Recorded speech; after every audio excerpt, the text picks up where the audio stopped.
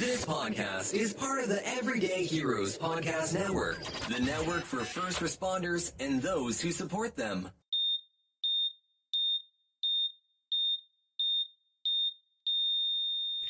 All right, welcome back to Scissors and Scrubs. We are deep in snow. Laura. Oh, deep in snow. Frozen tundra over here. It's cold. And staying with our winter theme, we're taking some expeditions. Yes. We're going to go high into the Andes and high into the Himalayas. We're going to go to the top of the world today and the tragedies there within, because you know how we love our tragedies. We wouldn't go there if there was. I was just telling Laura on Netflix, I've watched 2 different specials. One was called 14 Peaks. Have you watched that one? No, I saw that. I have to watch that. So 14 Peaks, this Nepal, I don't know what they call it, but a guy from Nepal. This guy's a fucking badass. He's in this, what do they call them? There's a certain part of their army, and I've heard this, the phrase of what they are in different songs.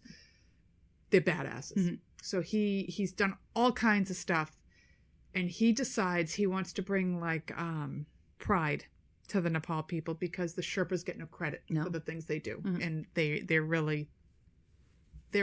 a people. They're not just like a guy. They're a people called Sherpas. Right. So he decides there are 14 peaks in the world above 8,000 meters, which is 20,000 feet. It's like cruising altitude of planes. Right.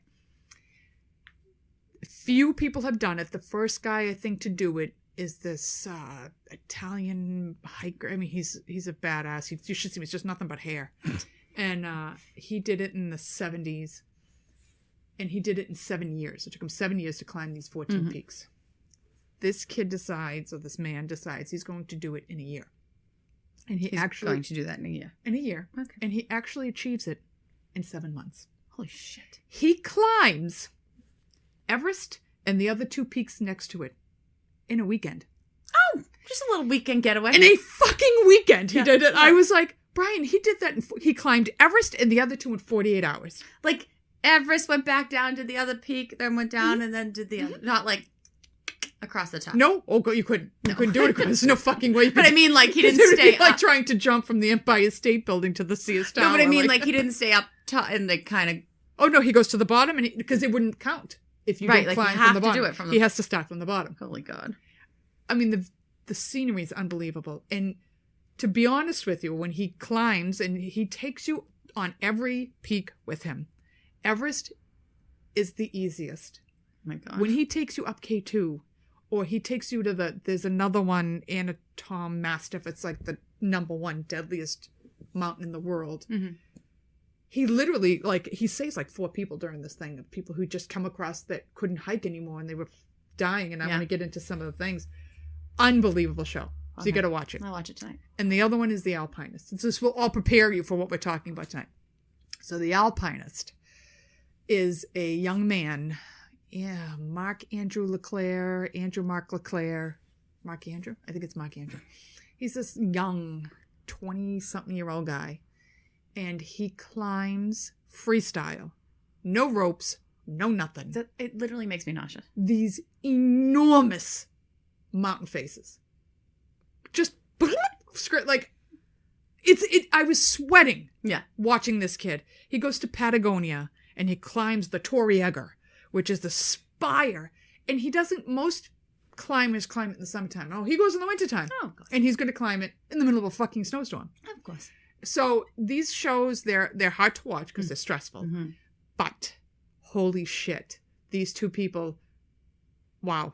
All I could say is wow. And I just sit back and think, I can watch it on Netflix all day long. I have no desire. I climbed Tuckerman's Ravine. That was enough. Yeah. Do you know Mount Washington is either just above Everest is the most dangerous or just below? It is. I was telling that to somebody recently. No, it's true. That like lives in New Hampshire. I'm like, I think Mount Washington is like one of the most dangerous mountains in the world. And they're like, what are you talking? It's so low. I'm like, I'm telling you, I'm pretty sure. It's in the top 10. And I'm going to go as far as to say it's in the top 6. I'm like, I know it is. And they're like, no, there's no way. It's not even high. I'm like, I'm telling you, I know. The highest winds in the world have been recorded at the top of Mount Washington. So people go up there thinking it's nothing. This is a stupid little mountain. This is stupid. It's not that high. It's stupid. Yeah. The weather's what's going to get you up there. People don't expect it. The snowstorms that come Well, you in. go in Tuckerman's Ravine in the summer. It's a bowl of snow. People are skiing. Yeah. In the summer. Yep. In New Hampshire. And so we climbed up the backside, and we climbed up to the base of Tuckerman's. Uh-huh. And there's a little, and the only reason we stopped was because it was pouring rain, but when we got up there was a cabin, and it was like a ranger's cabin. Mm-hmm. And on the ranger's cabin was a list of all the people who have died on Mount Washington. Flooding, avalanches, exposure. There's a lot of avalanches in that bowl. Yes. Yeah. It was unbelievable. So, that being said. Well, then I guess I'm pretty good if I hiked Tuckerman's Ravine. I hiked to the base. Child at the time. I hiked to base in July. I was preteen. Oh, look at you go. I'm an advanced mountaineer. So I take my kids up. God bless. And this particular path, this is the path the skiers will use, but it's all rocks. It's very rocky. Oh, yeah, it was all rocks. Right. So we're going to do it. And it's like, it won't rain until 2 or 3 in the afternoon. So we left at like 9 in the morning, right? We get to the top of to the bottom of Tux, and it's 11 o'clock. Oh, my God. Here comes the rain. Like, deluge downpour pouring on us. Like, fuck. And I got 3 kids, young kids. So I was like, okay. And my oldest must have been, he's 17 now, 13, 14 maybe. And my daughter was freezing because she's in a tank top. You know, we did the stupid thing, thinking it will be up and down in no time. So I looked at them and I was like, and I probably shouldn't talk to my kids this way, but I did. I was like, listen, the hike down's going to suck. It's going to suck bad. And I know it. I don't want to hear the whole way down how bad it sucks because I know it's going to suck. Right. And my oldest, I make fun of him and everything, but when it's against the wall, he steps up every time. So my daughter's cold. He gives her his shirt. On the way up, we had found somebody hung like a fleece on a tree. On the way down, we pass it again. He's like, now he's got no shirt on. He's cold. He's like, what do you think, Mom? I said, God put that there for a reason. I don't care what it smells like. I don't care if it's covered in lice. If you're freezing, putting on, we'll deal with it at the bottom. Yeah. And he takes some random jacket, sticks it on. By the end of the trail on the way down, we were laughing. Because I just was doing anything to distract them. We're talking stories. Let's play the picnic game. Anything to distract them from the misery of climbing these wet rocks in the rain 2 hours down. Yeah. But we survived. Good job. We survived. Okay, so I survived that, but I don't think I would survive either one of our stories today. I don't think so. So Laura's going to take it away, Sparkles. I'd curl up and die somewhere. Yeah, I would be miserable. I would be the one they use for dinner. Yeah. All right. So I'm talking about the Andes. They're in South America. Huge, big, huge cold mountain range.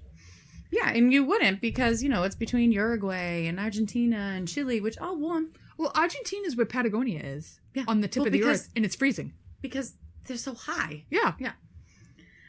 So, on October 12th, 1972, I wasn't even born yet. I never say real that anymore. Story. I never get to say that anymore. The Old Christians Club, which was a Uruguayan amateur rugby team, chartered a flight from Montevideo, Uruguay to Santiago, Chile to attend a rugby match. The white, remember that, twin-engined Fairchild turboprop plane had 5 crew members and 40 passengers, which consisted of the club members and their family and friends because they had more people go on to lower the cost of the flight. So it's a decent-sized plane if there's 40 people. There's 45 people on it. Yeah. Because it was bad weather in the mountains, they had to stay overnight in Mendoza, Argentina. They departed again on October 13th around 2:18 p.m. The plane could not fly higher, like the plane was not engineered to fly higher than 22,500 feet. So they couldn't fly directly to their destination because the Andes are there. Yeah, because you can't get over them. Right. You would have to go higher than that to get over these mountains. So instead, they had to plot a course south to the Pass of Planchon, which I'm sure I'm saying wrong, which is, I know exactly where that is, Laura. Yep. Where the plane could safely clear the Andes because, there's like a big dip there, so they could go through that.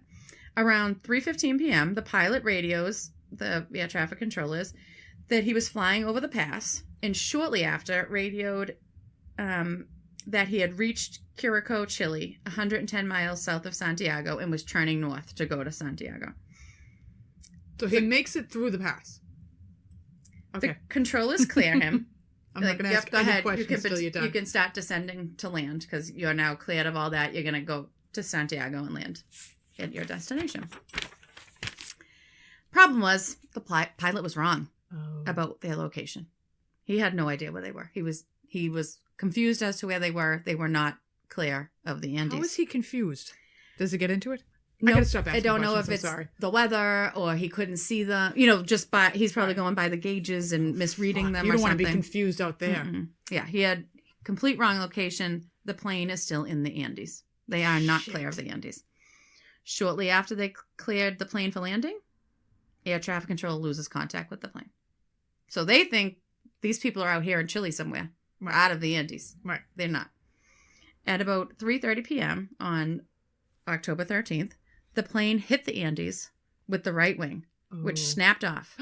That wing then hit and severed the tail of the plane off. Oh, now they got no help at all. They're done. Then the left wing hits, a part of the mountains. Now it's just a fuselage. That snaps off. The fuselage crashes in a remote valley of Argentina near the Chilean Valley. 7 people were sucked out of the plane right away. Like when the tail comes off, 7 people are sucked out. And 5 people died on impact. Out of the 40. That's not a lot. That left 33 survivors. Holy moly. A lot of which were injured, obviously. Yeah. And that left them to survive at an altitude of 11,500 feet in snow, freezing temps, and what's on board a plane to eat? Nothing. You get some candy and little bottles of wine. You get the Biscoffs. That's all they had. A couple things of candy and a couple things of wine. And they're in a broken fuselage for protection. Yep. It's broken up. The wings are broken up. The tail's broken. There's all this open space.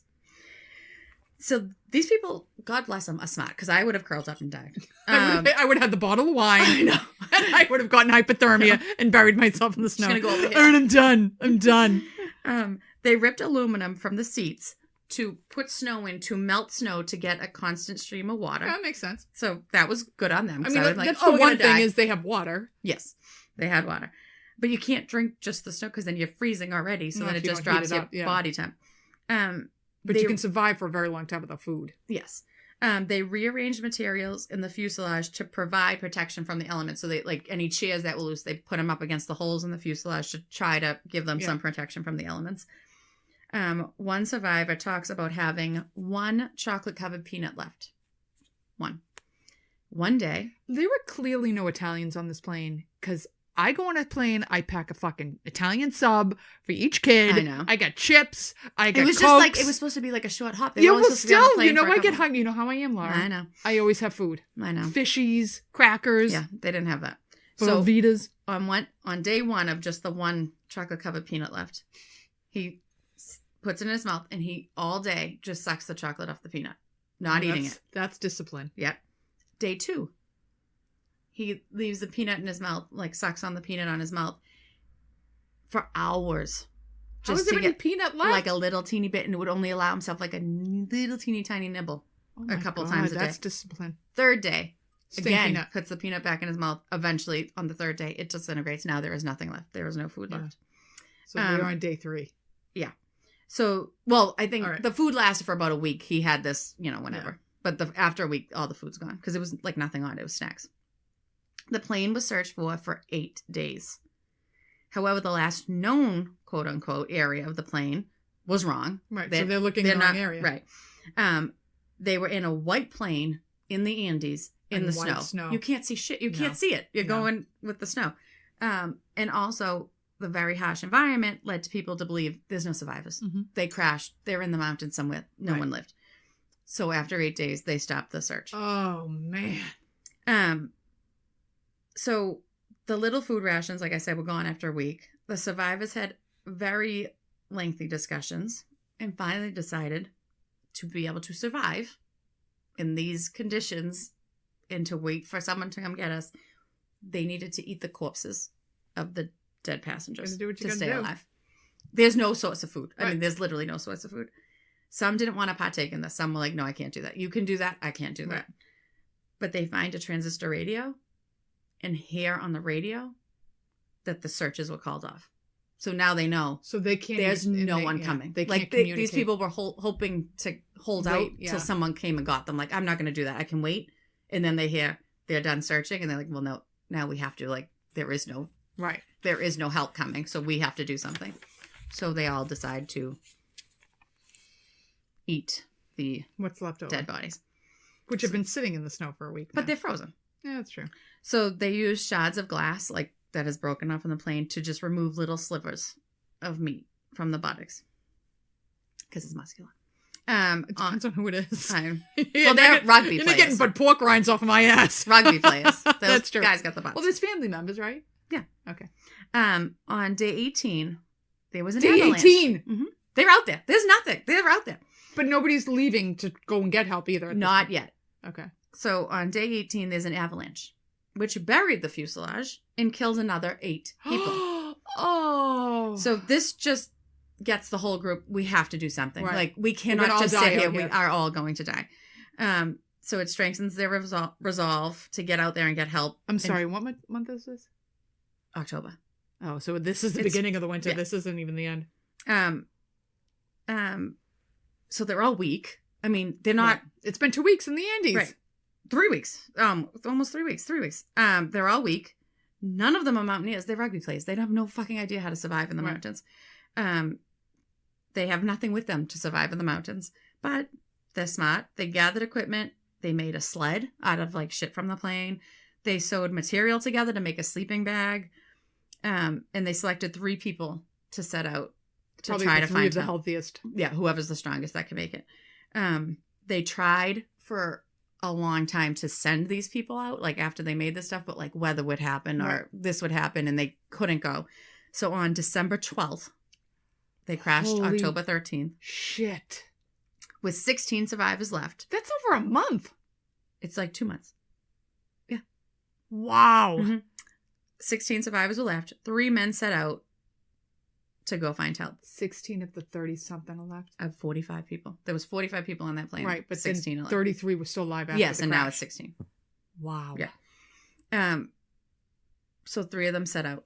1 comes back very shortly after because when they were walking, they realized we're going to run out of our resources that we have, like whatever they must have 3 brought is too some many. meat with them. Yeah. They, the sleeping bag, the sled, they were like, whatever we have, it's going to be too many. One has to go back. 2 will keep on. So somehow between their weakness, the freezing cold, the severe altitude sickness, because they're up on the top of a mountain, they ascended 15,000 foot peak. These people who have been out in the fucking cold for 2 months climb a 15,000 foot peak. It's the one that was nearest the crash site. They get to the top. They're at the peak. They survey the land. Like, what are we looking at? Is there anything happening? They decided to go down the opposite side of the mountain than the plane was on. Then they make their way. There's like a glacier below. They have to like get around the glacier below them. With no crampons, nothing. No ice packs. They have nothing. On December 18th, they hear running water. So they're shitting themselves. They're at the mouth of a river. So they start following the river. Because somebody's on it. Right. They're like, somebody's got to be on a river. On December 19th, they see signs of civilization. They see a horseshoe, cow dung, a soup can. Can you imagine how awesome they must have I know. felt? And on December 20th, across the river, they see a man on a horse. Of course, this is not going to be easy. The river's so loud, the man across the river can't hear them. He sees them. Yeah. He can't hear them. He leaves. The next day, that man comes back with another guy. The survivors try to mime, plane crash, mountain. They're trying to tell him that one of the guys but then I'm like, we look like lunatics. They're not going to come over here because we're acting crazy. So one of the guys, I'm going to call them rescuers, on the other side of the river is like, okay, fuck this. I don't know what they're saying. Gets a rock, puts a note around it, and literally whips it across the river. I don't know what they have to write with. Right. Blood. I don't know what they're writing with. Maybe there was something with the paper. The survivors get the rock. It pretty much says, what the hell happened? And they write back, our plane crashed. There's more people up the mountain. We need help. Later that morning, a man appears on their side of the river.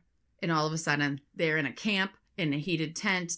getting hot food. God, could you imagine I how know. that must have felt? The Chilean police show up, reporters show up, because these guys probably told like whoever they live near.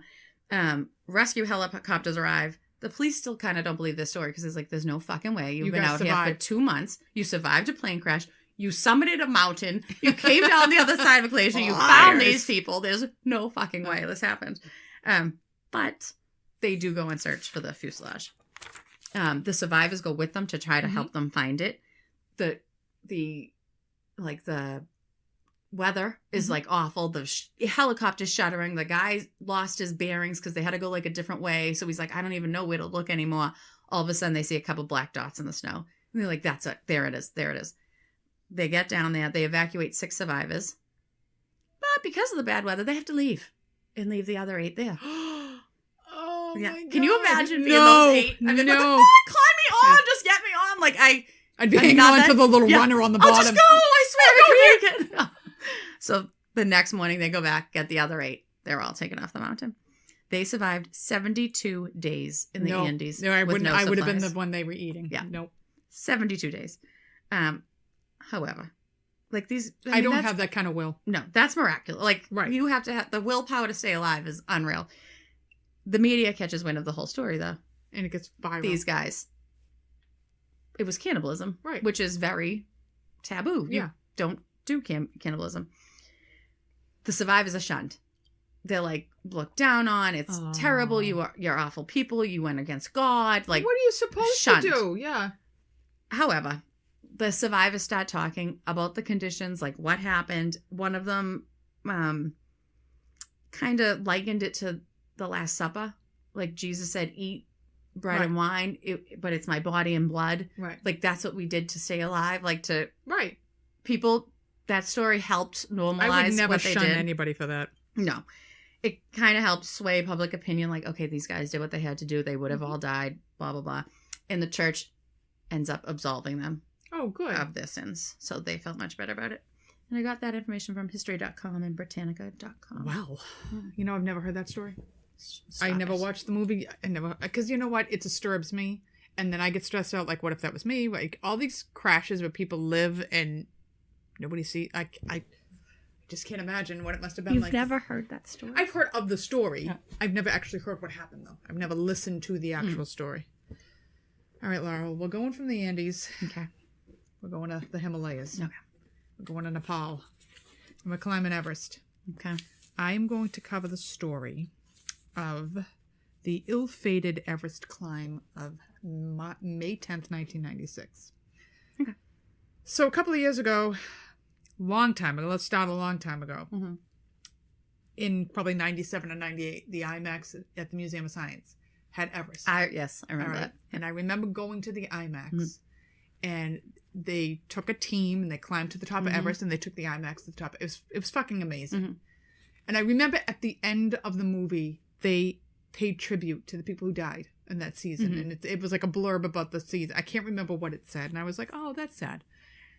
And then for some reason, a couple of years ago, I must have been watching something, a documentary, and I decided to read Into Thin Air by John. I'm going to say his name wrong. I'm going to call him Krakow, but that's not. It's like Krakatoa or something like that. Krakatoa. And I got hooked. And then I'm like deep diving into Everest, because Everest, again, is one of those things like Rasputin. I'm always fascinated by it. I think because I don't understand the drive. It's history with death and that people are left there. It fascinates me. So then I watched the movie Everest. My son went as an Everest survivor for Halloween. I did frostbite makeup on him. He looked fucking amazing. So we're going to cover Everest, and I'm going to try to cover the story the best I can. It gets very involved because the story is the people. Right.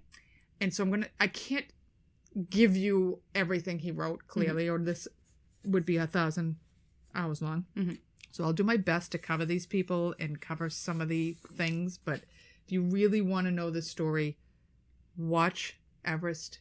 It's a little different than the book, but it gives you a taste of it because it's an unbelievable story. So first, we're going to talk a little bit about Mount Everest. Okay. It's named after Sir George Everest, who in 1865 looked at it and said, "I think that's the tallest mountain in the world." Yeah, you're fucking right it is. He got the height wrong, but then they redid it. It's still the tallest mountain in the world. Yeah. So in 1924, George Mallory and Andrew Irvine were seen 800 feet from the summit before being engulfed by bad weather. They were not seen again until 1999 when their bodies were finally found still on Everest. Oh. The wind has blown a hole in the back of his jacket, but he's still wearing the same tweed jacket he climbed Everest in. Jacket, yeah. Okay. So the first actual climbers to summit Everest don't summit till 1953, May 29th, 1953, which was Sir Edmund Hillary from New Zealand and his Sherpa, Tenzing Norgay. Mm-hmm. Tenzing Norgay's grandson, I believe, is one of the Sherpas that was on this Everest thing. So Everest, being the tallest peak in the world, most of the year is completely engulfed in the jet stream. Mm-hmm. So you almost can never see the top of it. You'll see the winds whipping over it. It's unclimbable for most of the year. In a very short time in May and a very short time in September, you get like a 2-week window that you have to climb, which is when anybody who's going to try to climb Everest, that's when they're going to be there. Mm-hmm. There are areas on the mountain. There is an area below the northern ridge of Everest that's known as Rainbow Valley. Okay. And it's called Rainbow Valley because it's filled with about 200 bodies, and the rainbow is all of the jackets. Oh. Because if you die on Everest... I knew it wasn't something good. It would cost you $75,000 to try to retrieve the body, and that's not a guarantee because it's extremely difficult to get a body off. So bodies become landmarks on Everest. There's a guy called Green Boots, and he's laying on his side, and they never show you his face, and his green boots are sticking out. So they'll be like, okay, you're going to climb. You're going to go past the, Kaboo Falls, and you're going to go past Green Boots, and then you're going to pass the woman with the flowing hair, and then you're going to take a right. No. There's bodies all over this fucking mountain. I don't want directions by passing bodies. That alone tells you, why would you do this? Right. You know, because so they become like I also don't want to be a landmark. Right. Yeah. They become landmarks. Mm-hmm. So there's also... on any mountain is the death zone. And the death zone is above 8,000 meters, which is like 26,000 meters. It's like the cruising altitude of a 747. Mm-hmm. That's your death zone. You get above the death zone, you need oxygen to hike. There are purist climbers, alpinists, who believe you don't climb any of these without... True climber will do it without oxygen. Okay. When you get to the death zone, you are dying by the minute. Mm-hmm. You are literally dying because your body, like the ocean, you are not meant to be hundreds of feet under the water or thousands of feet in the air. That's not where we live. Yeah. Okay. So, we've talked about Mount Everest. It's the tallest mountain of them all at 29,029 feet. Wow.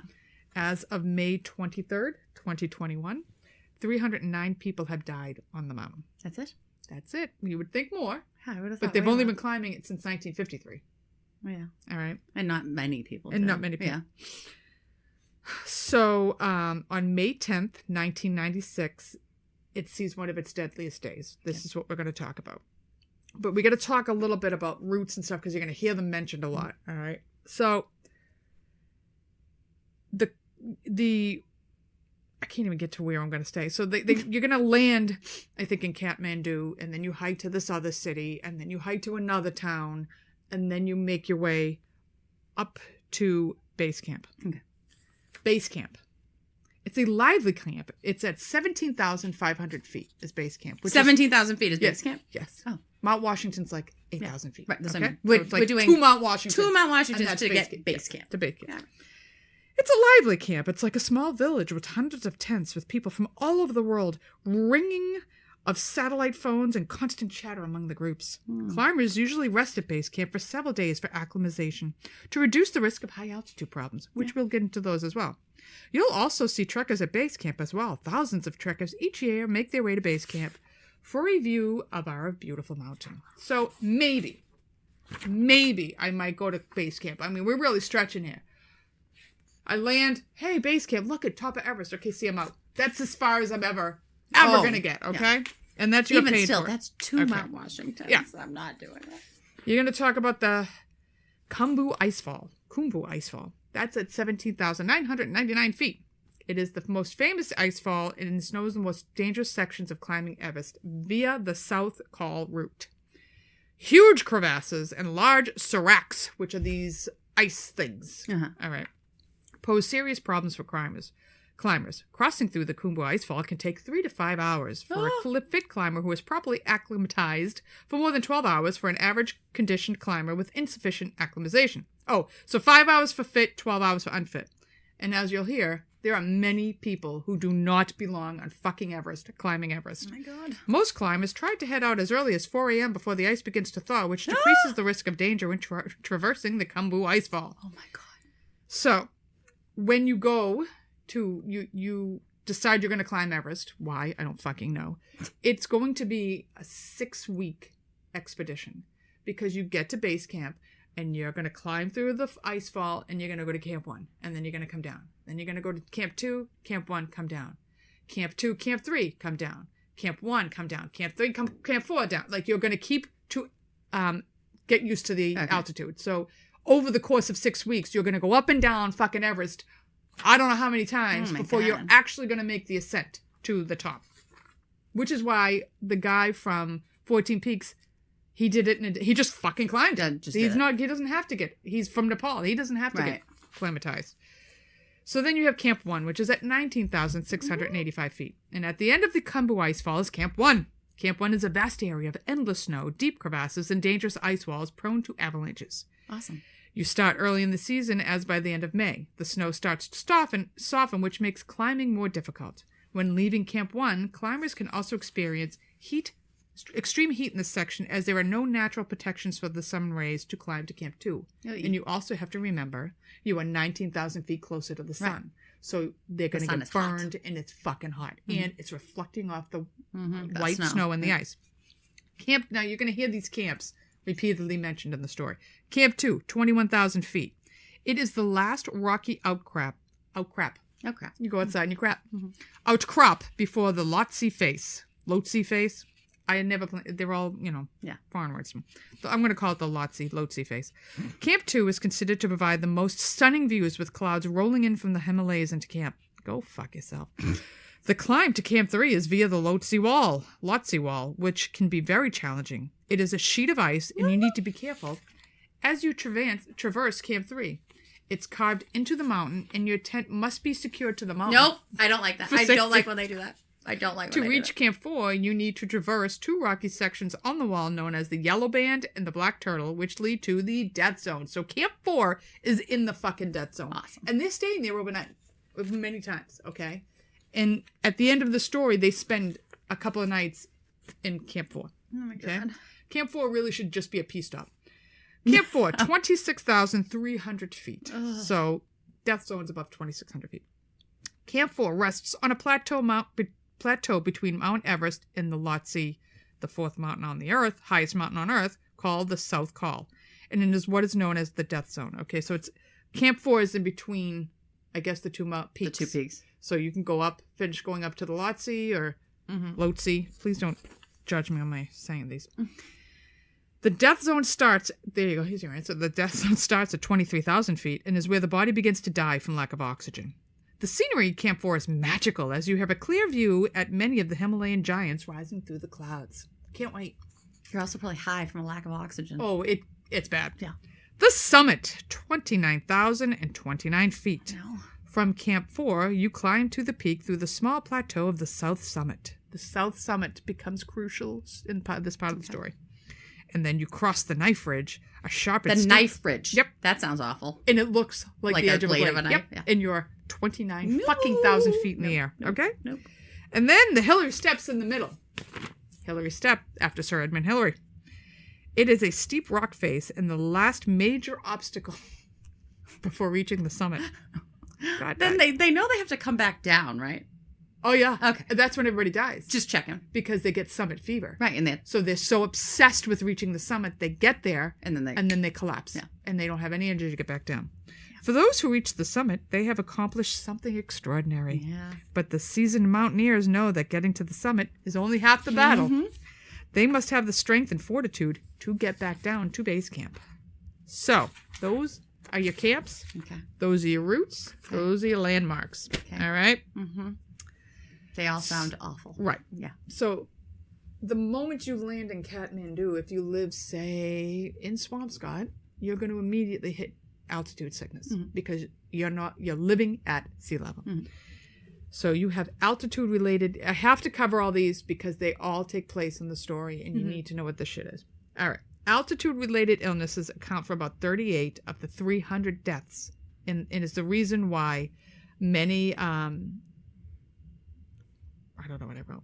Oh, they have to abort the climb. So they start getting up and they start getting these sickness. So altitude sickness can occur anytime you're above 8,000 feet above sea level. There are 3 levels of altitude sickness. So you start off with acute mountain sickness. You and I would get this if we flew into Denver. Okay. All right.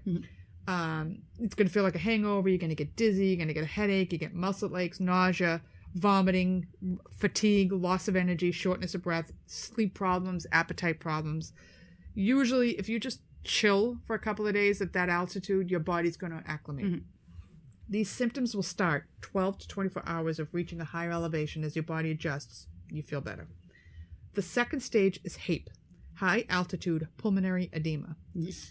Risk factors for HAPE: prior history of altitude sickness.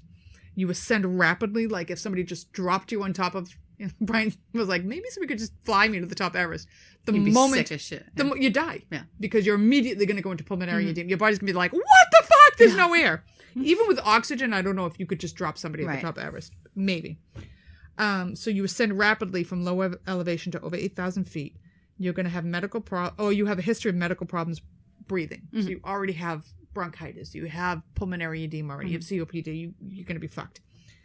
Or you have not been at that altitude for weeks. So you were there, you left, you've been gone 3-4 months, your body's back to sea level, you go back, you could get it. Mm-hmm. So signs and symptoms of HAPE: headache, shortness of breath, which worsens when you're resting. You're going to get more short of breath resting.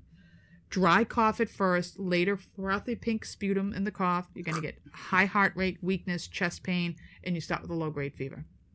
Your treatment is to get them out of the altitude immediately. They need rest and they need supplemental O2. If it's severe, you're going to go right into death. Okay.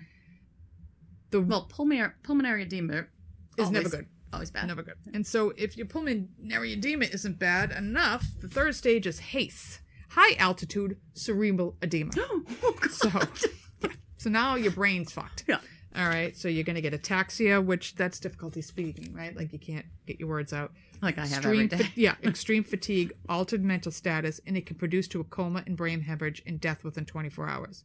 Treatment is immediate descent until symptoms improve, and if you can't descend, they look like sleeping bags, little portable hyperbaric chambers. Oh, really? To get your body back to where it needs to be. Okay. So because it's so dangerous to climb Mount Everest and people are trying to prevent it, you need a permit to climb. Okay. So Nepal keeps making it higher and higher and higher. And so it could be up to $70,000 to get a permit. But then China's like, $1,500. So everybody will go and climb. Because Everest rests on Nepal-China border. So Tibet's on one side, Nepal's on the other.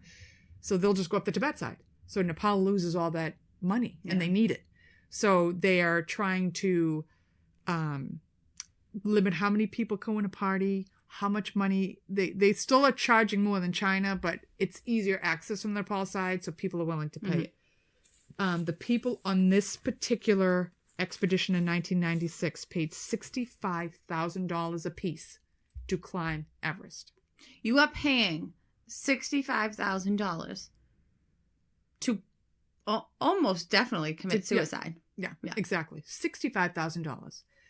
And the other problem is you have to climb with oxygen. Each person is requiring multiple cans of oxygen, and they just leave them on Everest. Mm-hmm. So they've also started a program for the Sherpas and for climbers that if you bring one down, they'll pay you to bring a bottle down. But it kills me to think that this beautiful, pristine piece of nature is littered with bodies and trash. Mm-hmm. So Rob Hall is one of the characters of the story. Rob Hall started Adventure. Of course, I'm blanking on the second half of the name. He starts an adventure company. He is the first person to commercialize the climb to Everest. So he starts a company. You pay him $65,000 and he will take you to the top of Everest. He had climbed Everest multiple times before. He's a great guy. Everybody loved him. He is married and his wife is pregnant when he goes in May 1996. On his team, oh God, it's driving me crazy that I can't remember the name of his Adventure Consultants. Adventure Consultants is what the name of the group is. He also has another guide, Mike Groom. There is Andy Harold Harris. He's a young guy, nice guy. So he's got these three guides. They've all climbed with him as well. They also have Sherpas with them. I can never pronounce their names. Yeah. So each group, there was multiple groups this day going up, but I'm only going to talk really about two. In each group, their Sherpa guides were fiercely loyal to the heads of their groups. So not Mike Groom, Rob Hall's Sherpa, like, I think it was Anadori, and I'm going to get his name wrong, but he was like obsessed with with Rob. He was his best friend. Okay. I can't go through everybody, but you have to know some major characters. So Doug Hansen is one of the members of the an everyday Joe Schmo that's going to climb. He's a postal worker in the U.S. He tried to summit Everest the year before, 1995, and he didn't make it to the top. I'm sorry. A postal worker? He's a postal worker. Yeah. Could pay twice. The second time, people, like, the big thing was school kids helped raise money for him to get this trip. And Rob, because it was he couldn't make it the first time, discounted him the trip. Okay. Because that's a lot of money. It's a lot of money. In 1996, he works even 3 more. jobs to get this. Oh my God. So the first year he went, he almost gets to the top. He has to get turned back. And when he would get to the top, and once he has to turn back, he collapses. He's like a zombie. They can barely get him back down the mountain. He suffers frostbite, and he was having breathing issues on that trip. Before he doesn't make it to the top in 1995, and Rob calls him, and he's like, I could never forgive myself. I had to make it to the top. This was like, I had to do it again. And Rob convinces him, let's do this again. He gives him the discount, this and that. A month before he goes on the trip, he has major larynx surgery. Oh, okay? Okay. That sounds bad. Yep. Dr. Beck Weathers. He's a pathologist from Texas. This guy is a fucking badass. So all I'm going to tell you, you'll hear about him later. Right. Yasuka Namba. She is a Japanese woman. She is 47 years old, and she's hoping to be the oldest woman to summit all 14 peaks, or 7 summits. Maybe it's a continent, each continent. Yeah. Because there's the 14 peaks, and then there's the highest on every continent. Okay. So I think this was her 7th. She was going to do that. Okay. All right. So John Krakauer, he's the guy, that's the name, Krakauer, not crackhead. So that's the guy who writes the book Into Thin Air. He is a journalist for Outside Magazine. Okay. And both Rob Hall's group, and you're going to hear about Scott Fisher's group, he was supposed to go and write for Scott Fisher's group, but Rob Hall group gets him. Okay. All right. So he's climbing Everest for free. He is an experienced climber. That's why he works for Outside Magazine. He had done it. So his company, I think, wants him there to write about all the shit that's going on in Everest, all these people climbing. But, he's going to climb it. He's really psyched about this. So he prepares for a year. He put off the whole assignment so he could train to climb Everest. Excuse me again. Then you have a Stuart Hutchinson. He's from California. Frank Fishback. He's from China. Lou Kosickle and Dr. John Task. Kosickle is from the USA. Task is from Australia. Susan Allen's from Australia. Nancy Hutchinson's from Canada. Canada is whatever. Canada. Okay, so then you have Mountain Madness. This is a United States group that kind of is copying what Rob Hall's doing. They're head by Scott Fisher. In the movie, he's played by Jake Gyllenhaal. Yeah. Why? Because he looks nothing like Scott Fisher. That's all I can write. So he's a U.S. guy. He's climbed Everest, but he's never guided Everest. So he has to prove himself on this mountain. Okay. At home, he has a wife. The wife is, and he's got a little son. It's 9. Scott's one of the, all of these people are fucked. They're all these weird people that want to camp in the fucking rainforest, eat bugs like Bear Grylls. They do weird shit. I can't wrap my head around it. I'm sure they get off on it. I'm sure they see the best views in the world. I'm good. Yeah. All right, I'm good. So on a previous expedition, he picks up, I'm going to have it written down. He picks up a bug. He picks up a parasite. Okay. I'll give you the name later. I'm going to come across it later on in my notes. This parasite comes and goes. Okay, he never really can get rid of it. When it comes out, it causes extreme fatigue, fevers, chills. He gets bloody shits. When he's stressed, it comes out more. So normally it will appear once a week, once a month. He'll see it. Before he even gets going, it's happening every day to him. He's under the weather on this trip. Great. Okay. Well, he's probably stressed about climbing Correct. Mount Everest. Correct. Yeah. He has a guide, Anatoly Bukharo. He's a Russian guy.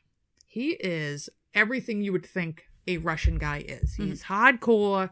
He climbs without oxygen because that's how it's meant to be. No real climber climbs with oxygen. You're pansies. And he's just, part of his quest is he wants to do the 14 peaks. Okay. So he's also part of that. Neil Beetleman is another guide on this trip.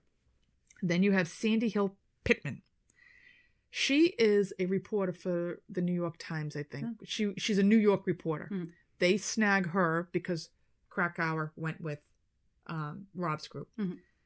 She's a real pain in the ass. She's everything you would expect from a New Yorker. No offense to New Yorkers, because I'm sure most of you are great, but an elite New Yorker, let's say that. You know, once she's at base camp, she wants her cappuccino machine. She wants kiwis flown in. She wants her own radio. She needs special battery. She's a pain. You're in Nepal going up Mount Everest. She didn't care. Oh She God. is a pain in the balls.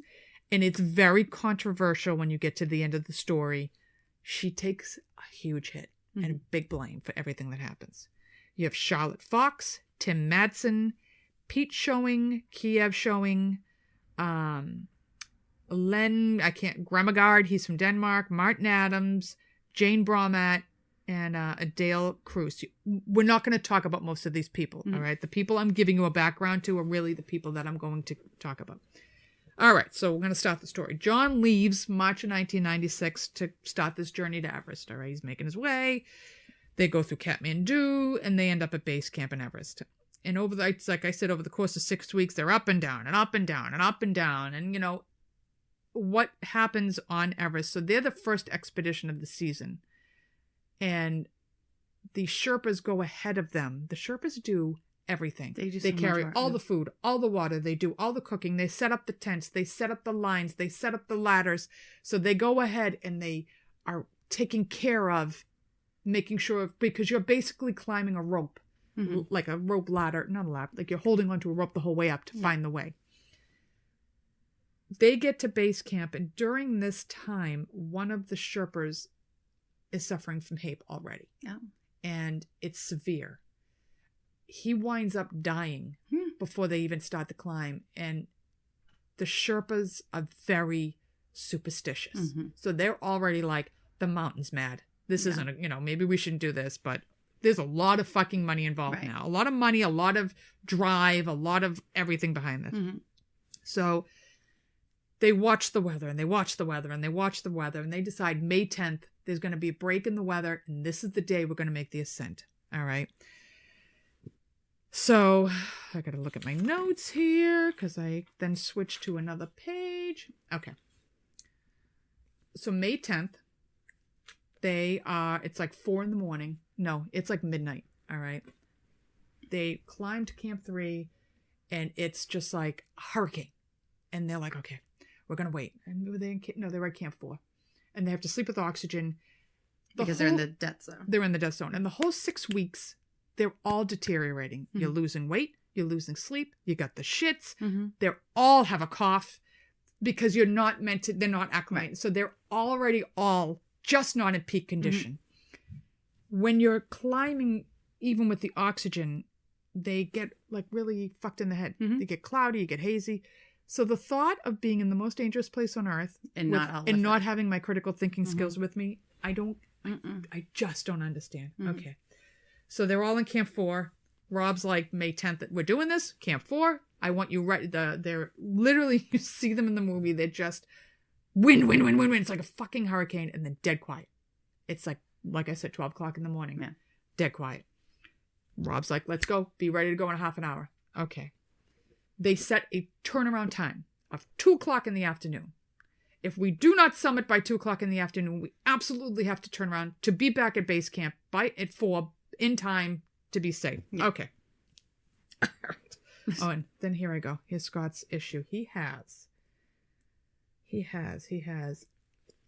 Entamoeba histolytica. Sounds terrible. It's a parasite that if you put anything that's touch feces into your mouth, you get this. So you're in these backwoods countries, there's feces in the water and shit. That's how he gets it. So he is sick. The Adventure Consultant Group, the Mountain Madness, so Rob Hall's group, Scott Fisher's group, and a Taiwanese group all decide May 10th is going to be their day. There are multiple other countries at base camp. South Africa's there. The IMAX team that I watched, they are there that day. They're all going to summit another day. So these 3 groups decide they're going to get to the top. Mm-hmm. The Taiwanese are a little bit of a problem because they're kind of like jumping, like leapfrogging and piggybacking them. And, so they're causing a problem. So Rob Hall and Scott Fisher decide to pair up together and try to summit both of their teams together on May 10th. Okay. So they start. 33 of them start up from the top. Immediately, not like an hour into the climb, Doug, the postman, steps out of line and he's just kind of standing there. And John, the writer, he is like he'll pass people. He's a better climber, so he's climbing faster. So he's hopping them off the line. So if you want to pass somebody, you've got to unclick from the line the Sherpa set. You got to walk around them and click back on and get up the mountain. No. I'll stay right behind you. So Doug is kind of hanging out and Rob comes up to him, says something to Doug, and Doug gets back in line and starts climbing. Okay. Now, Rob is very adamant that nobody can climb ahead of them. You have to wait for the pack. Okay. Mm-hmm. So they're going, and they're, like I said, at some point, all 3 teams become one big clump because it's just too packed up there. Yeah. On the start of the climb, Sandy Pittman, this is a big confusing part too. The Sherpa for Scott's team is always in front. That's his position. He stays in front. He sets the lines. He keeps everybody going. For whatever reason, he decides Sandy Pittman is the weak one. And he short ropes her. When you short rope somebody, he ties himself to her. For 6 hours, he short ropes her. So by the time he gets up to, he's half dead himself. Yeah. Okay. All right. So that's part of the thing too. And she's the writer for New York. She's the New York writer. Right. All right. So John's a really strong climber. He keeps making his way to the head of the pack, but then he has to sit and wait 90 minutes in negative 70 degree weather, and it's frostbite in the death zone, and he's burning up O2, and he has to wait. And then they all catch up. And then he'll go a little further, and then they all catch up. And he's kind of getting frustrated. So they get to a certain point, and there's no lines set up because the Lobsang, who is the Sherpa carrying Pittman, was supposed to. They were supposed to go up on the 9th and do it. Nobody put the lines up. He was supposed to be up to make sure everything was done. He doesn't get up to the front. The only things left are the remnants from the year before, but after the wind's up there's not much left. They got to wait 90 more minutes for them to set the rest of the lines up, the Hillary step, and up to the top. All right. So Sandy Pittman claims that she never asked Lobsang to do that, and people are like, yeah, but you never unclipped yourself either. You could have done it yourself. Okay. So there's no lines. Now they're bottlenecked at the top, at the bottom of the Hillary steps. They're bottlenecked, waiting on that knife edge. Yeah, waiting. There's 33 of them waiting to summit, and they're wasting precious time and precious oxygen waiting for that to get up. So, as the traffic jam gets worse, those in the back are getting farther and farther behind. Now, Scott Fisher is supposed to be guiding his group, but he's in the back. during the base camp days, he kept having to go up and, like, just before they summit, he had to keep going back and forth, bringing people down for whatever reason. He's getting weaker and weaker. And everybody's like, Scott, you don't look good. Yeah. I'm fine. I got this. Nobody's going to tell him no. You know, he's got this. But he's fucking exhausted and he's got the shits. He's not doing well. So they're getting way, way behind. At 11:30, so John, I'm going to jump around because I get a little behind myself here. Okay. So now they've finally set all the ropes.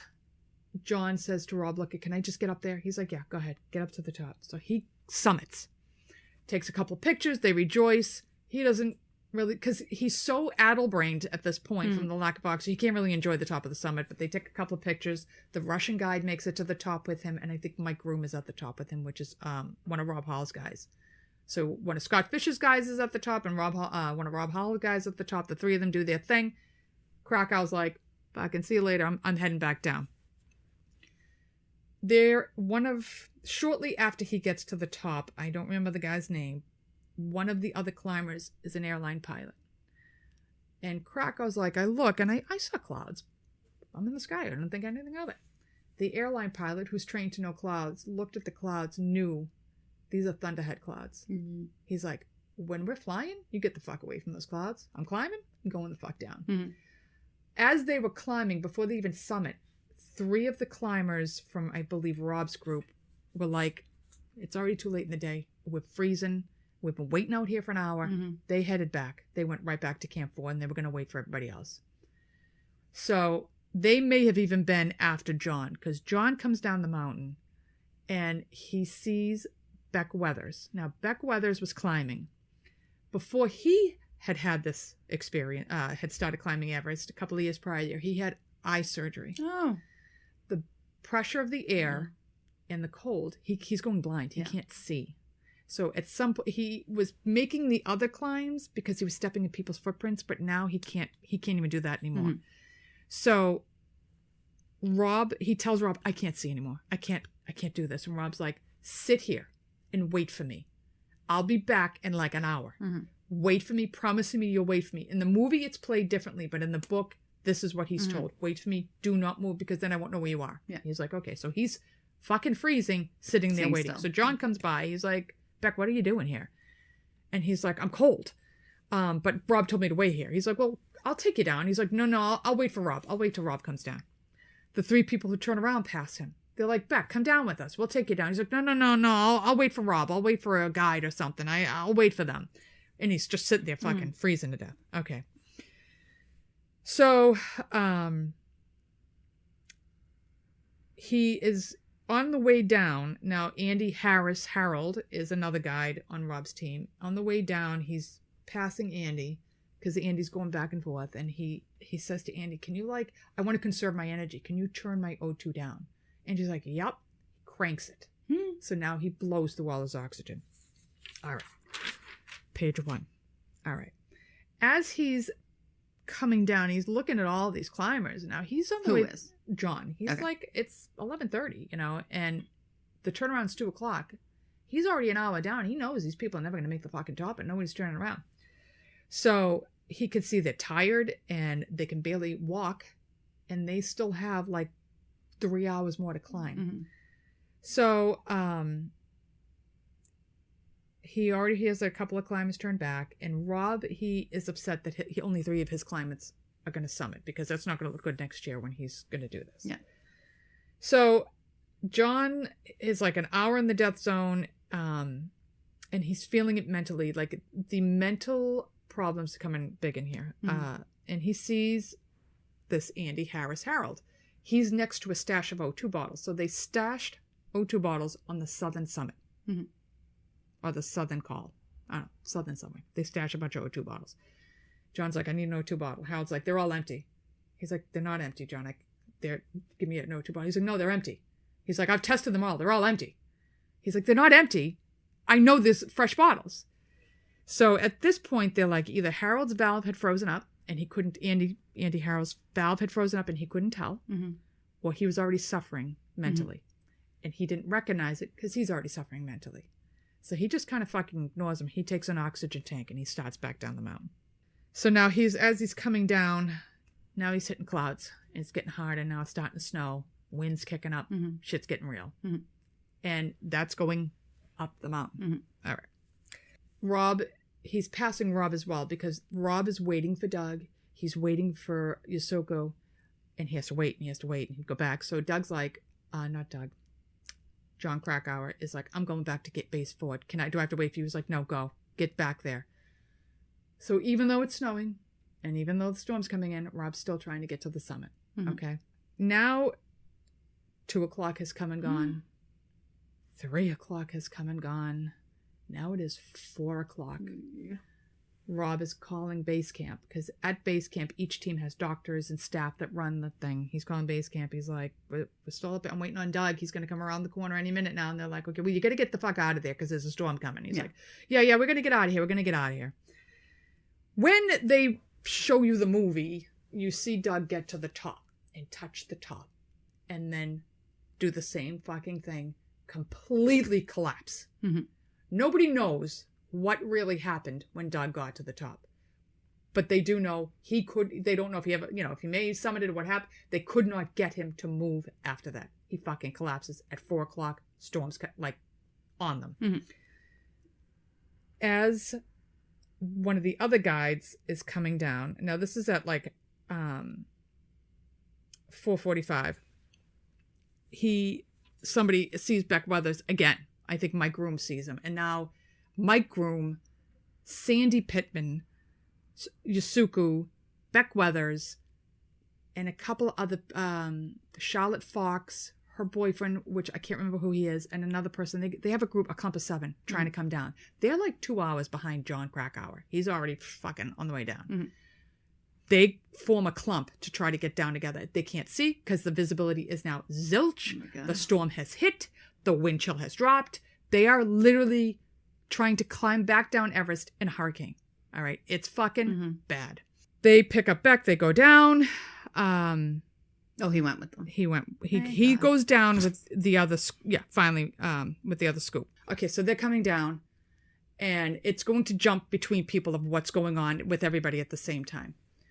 So John Krakauer is talking about his descent down. He can't see. He's this, and it's like walking through, like a dream. He can't move his legs, and then he'd have to stop and take a breath because now he's run out of oxygen again. They're blowing through tanks.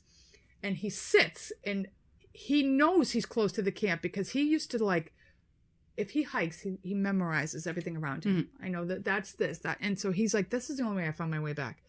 So they're at the top of an ice fall. So that's the last thing to get to the camp. And he sees this guy come. He thinks this guy is Andy Harris. And the guy comes over and says something to him. He's like, where are the camp? Where's Camp 4? He's like, it's there, but we got to get down this ice fall. And the guy's like, I'm fucking going. He's like, no, we better wait for nails and stuff. And he's like, nope, I'm going. He said, and I watched this guy sit on his ass and start going down this ice fall. He's like, and I watch him fall. It's like 200 feet. Yeah. He's like, and I watch him get to the bottom, get up, and start walking to the tents. He's like, so I know Andy's in the tents. Okay. He starts slowly picking his way down. He gets to the bottom. He can't find the fucking tents. He walks around for an hour before he finally stumbles on the tent. Oh my God. Now, at this point, it's 8 o'clock at night. All right. They started climbing at midnight the night before. All right. So he gets into the tent. John's exhausted. He can't even move. He literally collapses. And Andy's not in that tent. He doesn't know what the fuck happened to Andy. Okay. So now John's in the tent. Here come the other 7 climbers coming down the tent. And they can't see. It's taking them forever. And now at 8 o'clock, the Russian guide's back at camp. I don't know why he gets back at camp before his team, but he's back at camp.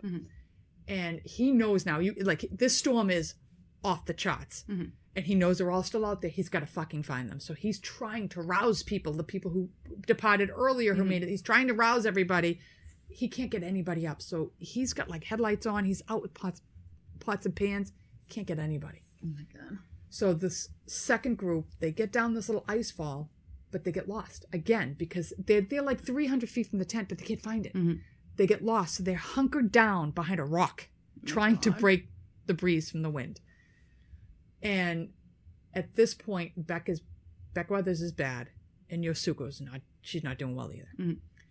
So Beck Weathers at some point stands up. He's almost incoherent. He mouths like, I know what I'm doing, and he gets blown out of sight, down. All right. They're like, oh, he's fucking dead. Yeah. Yosuko is laying in the snow, and they're looking at her, and they're like, oh, she don't look good. I think she's dead. And she like sits up for a minute, raises her hands, lays back down, never moves again. So they're hunkered. And Toli, the Russian guide, finds them. I don't know how he finds them, but he finds them. And he's like, I can only save one of you at a time. Sandy Pittman at this point is a fucking mess. She's incoherent. She's crying. She doesn't want to die. She can't breathe. Mm-hmm. They are all a mess. Mm-hmm. So he starts one by one carrying them back to the tents. He finally gets the last two out of there. He looks at Yosuko. He's like, she's fucking dead. He looks at Beck Weathers. He's dead. They go back to the camp. Get those. Okay. Scott Fisher. He gets to the top. He is sick. He's exhausted. He starts... I don't even know if he makes it to the top. At one point, they see one of the Taiwanese hikers. His name is like Gao. He's just sitting in the snow. And Scott's like...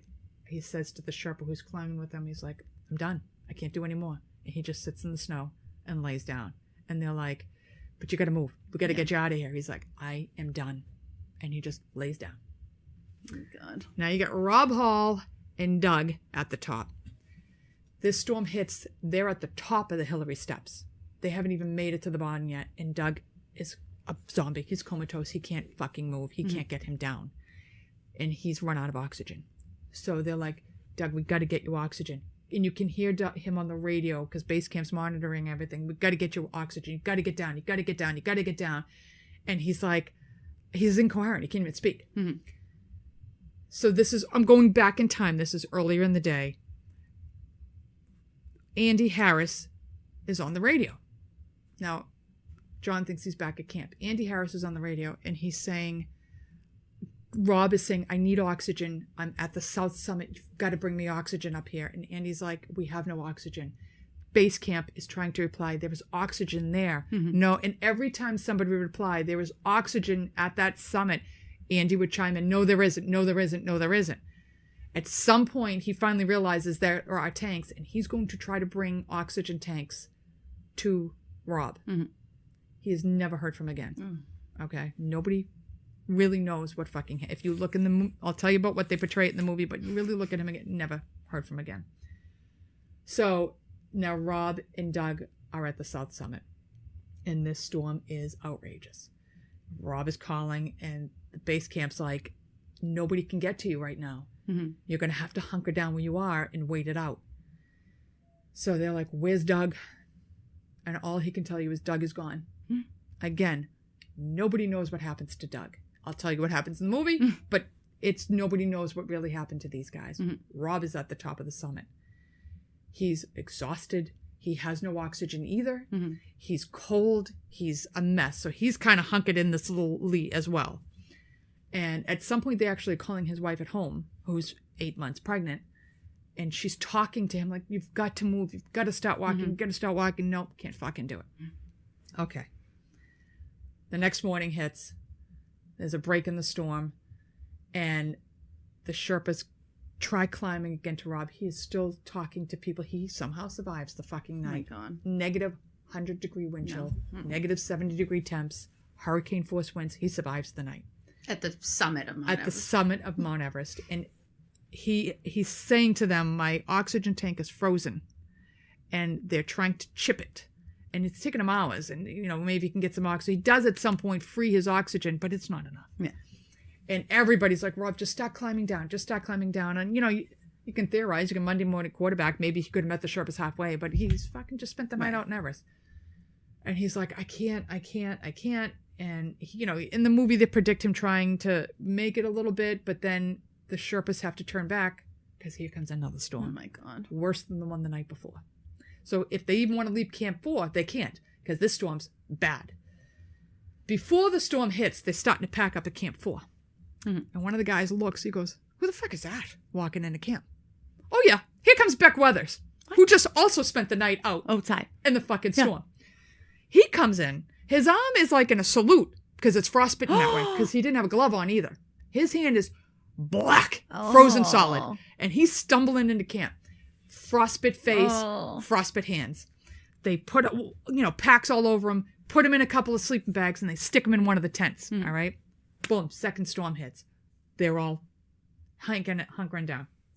And before the second storm hits, they're talking to Rob on the phone, and he's like, I'll do another night. Just somebody has to be here by 9 o'clock in the morning. You have to get somebody here by 9 o'clock in the morning. And they're like, we'll try, Rob, we'll try. And again, they patch his wife through again. They picked the child. They knew it was a girl. He's like, name her Sarah for me. His final words I have written down here somewhere are like, sleep tight, my love. I love you. That's the last they ever hear from Rob Hall. Okay, frozen solid up there. So the next night comes down, and they're awake. They're packing up to Camp 4. They got to get everybody out of there because it's bad. I'm sorry. Before the second storm hits again, the Sherpas find Scott Fisher and this Gow, who have also spent the night. Gow is still alive. Oh my God. So they fucking pick Gow up and they bring him out. Scott Fisher is barely breathing. They know, like, eyes were fixed and dilated. The Russian guy is the one who found them. He puts Scott's pack over his face as like a shroud. That's where Scott stays. So now both guides have died at the top of Everest. So now they're packing up. They're trying to get everybody out. And they just figure, like, there's no way Beck Weathers lived. He died. He had to have died. Now, the night the second storm hits, it's ripping the tents apart. So John Krakow and the guy I think Hutchinson, he's in the tent with, they're leaning against the back of the tent trying to hold it together because if it collapses, they're fucking done. These tents are a disaster in the morning. They're packing up. They got to get to Camp 2. And you got to figure they could climb through all that shit just to get back to Camp 2. So John's like, I peeked into Beck's tent just to see, I'm sure he was dead. Beck rolls over. He's like, where the fuck have you been? I'm like, what? The tent has collapsed on his face. And he's like, with those winds, it was pressed against his face. He can't breathe. So the wind would let up. He'd take a breath. Boom, back in his face. The snow bags, the sleep bags blow off. But his hands are so frostbitten, he can't help himself. The wristwatch he was wearing, now his arm is swollen up. It's cutting off. He was miserable, beside himself, freezing to death again. And he's like, where the fuck have you been? So one of the things they would do to these hikers when they would get this bad is they would give them shots of dexamethasone or oral dexamethasone to get them going. So they need to get back off this mountain. They can't carry him off this mountain. So they shoot him up with a bunch of dexamethasone. Fucking guy starts climbing down the mountain. God. Okay, he's got frostbitten hands that he can't use. Frostbitten face. He's fucking blind, and his feet are a mess. Now they've already called his wife and told him he's dead. Like he's done. Okay. So they climb down. They finally make it to Camp 2. Camp 2's mess tent has been made into a hospital. All right. The first team arrives. They've got Gow. They're trying to defrost his hands, this and that. And they're like, this is the worst frostbite we've ever seen. Can we take pictures? And like, this picture's him like, with his frostbite hands. And Krakauer's in there and he hears, okay, get ready. We're bringing Weathers in. And he's thinking, there's no way he survived the climb. Nope, here comes Weather. And then they're like, oh no, this is the worst frostbite we've ever seen. So they're taking pictures of him too. And he's just got that Texan spirit. He's like, he's laughing through it, even though it's this bad. So they got to get helicopters to Camp 2 to get them out. Okay. I'm sorry I'm hitting the mic, so it's going to make a thud. Camp 2, helicopters. If the hikers on Everest are fucked, the people flying the helicopters are more fucked. Okay. Because it never dawned on me till I watched a special on these hikers. There's no air for the blades to catch. Okay, so they have to strip the helicopters of everything but the pilot. There's no seats, there's no nothing. And they can only take one person at a time. So, they fly and you see him hovering and he just gets the blades, the runners, onto the edge of the mountain, okay? No. And I'm only going to say this part of the movie is true because I've seen it on the special. So they can only take one at a go. They're going to take Gow first. And they don't even know if they can come back for Beck. And so they're already thinking, how are we going to get him down the ice fall back to base camp. They take the helicopter and they turn it around with the rotors. You know, they kind of fly it around and they place it on the edge. And they're like, okay, we're going to go head first until the air catches the rotors. Nope. So they fucking dive on the side of the mountain and he's flying it. The rotors aren't even moving at this point, and the air catches it. And I was like, No. Who does this? No. Slide me down the fall. I'll try my luck. I would be in a gigantic diaper because I would shit myself. Like, no. Push me down the fall. Right. I will try my luck. So they thinking like, I don't know how we're going to get back out of here. And they hear the rotors come back. They were able to take him down as well. So what John thought happened to Andy Harris is he thought he was the man that he saw, scoot down the thing. And he thought he got lost making it to the Camp 4 tent, and that he literally walks off of the side of Everest. Mm-hmm. And it isn't for he tells everybody the story, because when they all get back, the reporter, everybody wants to know what the fuck happened up there. That's not really what happened to Andy Harris. Andy Harris is last seen trying to get oxygen back to Rob. Mm-hmm. And Harris's family was pissed that this is the story that went out, that he walks off the side of Everest. And Krakow took a lot of heat for a lot of the stories he told, but he's like, I was addle-brained. Yeah. I thought, and it isn't until he's talking to another hiker, I think it was Mike Room. I can't remember who it was he was talking to. It's in the book. He's talking to another hiker, and the hiker's like, yeah, I was coming down. I can't see shit. And I see this guy sitting there, and I talked to him, and the guy's like, yeah, you should get some ropes and stuff to get down that ice fall. And he was like, are you out of your fucking mind? He's like, so I slid down.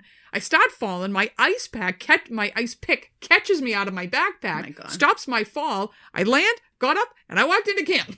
And he's like, it wasn't until I talked to him I realized I made a huge mistake. Mm-hmm. Sandy Pittman is highly criticized for exhausting the Sherpas to the brink that they just, it was detrimental to the trip. Mm-hmm. In the movie, Doug is seen where you see Rob trying to get him down, and he's out of it. And they're clipped to a rope, and they're walking this narrow ledge. Mm-hmm. And he turns to Doug, and he's like, don't move.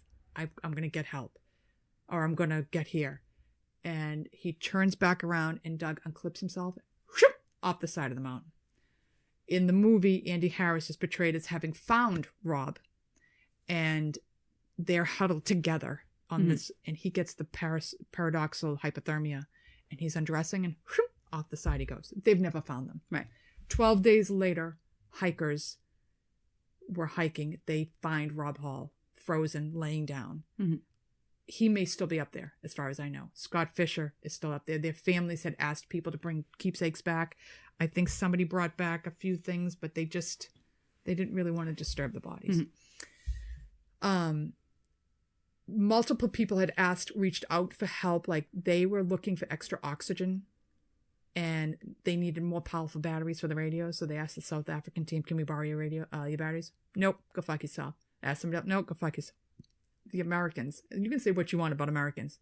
They offered climbers. They offered their Sherpas. They gave them tons of oxygen. Even though the IMAX team was $5 million invested in this for the thing, they helped as much as they could. And I was like, every time you hear something in this story, the Americans stopped to help. Mm-hmm.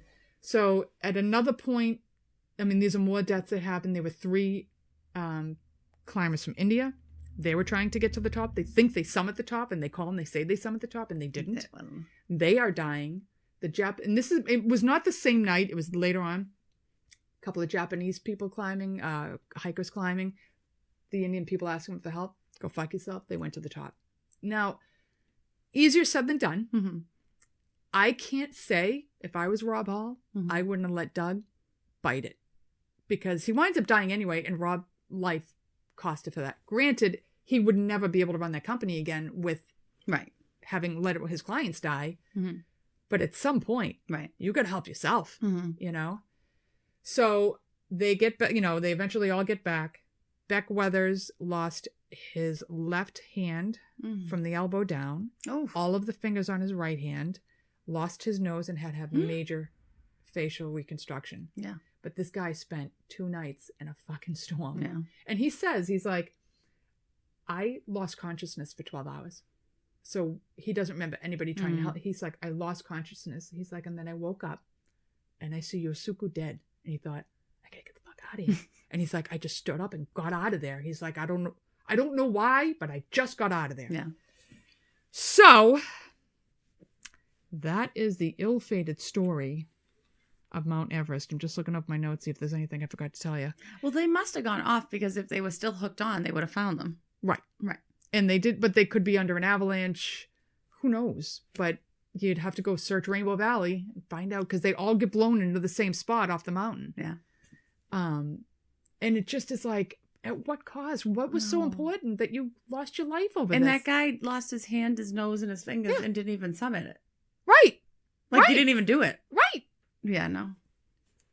I don't have that need. No. And, the postman, like, I think Rob felt so bad that he was like, I'm going to get him to the top at all costs. And, in the movie, it's portrayed that way, that, like, I've come this far, you got to let me go, you got me go. And he broke his own cardinal rule of turnaround of 2:00. Right. And he's 2 hours behind, and it cost them both their lives. Yeah. And other people. The Russian is not portrayed very well as either, even though he did save 7 people. He's portrayed as, like, very much out for himself. Yeah, but he saved people. He did, but why was he in camp before he was a guide. Yeah. So he shouldn't have been in camp before his clients were in camp. Mm-hmm. So that was very controversial. He took a lot of hits. He went on to summit the 14 peaks or the 7 peaks. And it just, he took a big hit in the story. Krakauer got a lot of criticism for writing the story, for putting a blame game. I think it was his way of trying to justify what he saw and what he went through. Yeah. Never been the same. None of these people, Sandy Pittman won't even give an interview. She won't be, nobody will talk to her. Like I said, she takes a big hit in the book. Yeah. So if you get the chance, it's a fantastic book. Yeah. It's nope. I'm freezing sitting in my house right now. Right. Yeah. Right. No. And I think of what a being spoiled little brat I am. Like, I'm going to go home and heat a mattress pad and I'm going to warm up and I'm going to have my cats and I'm going to have my, I would never. No. I'm uncomfortable in my house. Never. I have no idea. No, I don't need to sleep in the cold. No. Nope. Where do you shit when it's negative 70 degrees out? Maybe you don't. Do you think I'm ever going to poop Maybe when you it's don't. 70? You wouldn't. Like, I think your body probably doesn't. It's just reusing it. Yeah. Or it's frozen solid in the chute. How are you going to even pee? It's too fucking cold to pull your pants down. Yeah. And as a woman, it's not like I can just pull the tip out. I mean, I got to squat. Right. Nope. The food they're eating, they're eating all that protein sludge shit that those hikers have, that they have the little fact packets that of. the tent is secured to a rock wall is enough to make me So you don't nervous. blow off the side of the mountain. I don't care. I've seen those tents and I'm like, what's wrong with you? You're an insane person. You could still blow off the side of that fucking mountain. Mm-hmm. A tent isn't holding you on. Nothing about that is a good time for me. Nothing. I'll just watch it at the IMAX theater. Thank you very much. I barely even want to do that. I don't mind. I'm warm in the IMAX theater. It makes me a little seasick because I get motion sickness. No, I mean just watching them kind of like, what's wrong with you? Yeah. And all that gear. No, good. Okay, so. It sounds awful. That should bring us through January and February. Mm-hmm. Enjoy. Hope you enjoyed Everest and the Andes. Hope we warm up soon. Yes. I think we got a ways to go though, love. So we are preparing some episodes on nursing, like eating their young and burnout, etc. So please, if you have stories of mentors that were good or bad, or stories of being bullied, stories of burnout, you're 2 years in the field and already you're done. Yeah. Please send them in because we'd like to incorporate them. We're going to interview some people and we'll take all the stories you got. Yeah. All right, guys. All right, keep warm. Bye. Like, subscribe, rate, and review the Scissors and Scrubs podcast on whatever podcast app you listen to us on. Follow us on Twitter, Facebook, and Instagram at Scissors and Scrubs. And email us any of your stories or thoughts to scissorsandscrubs@gmail.com.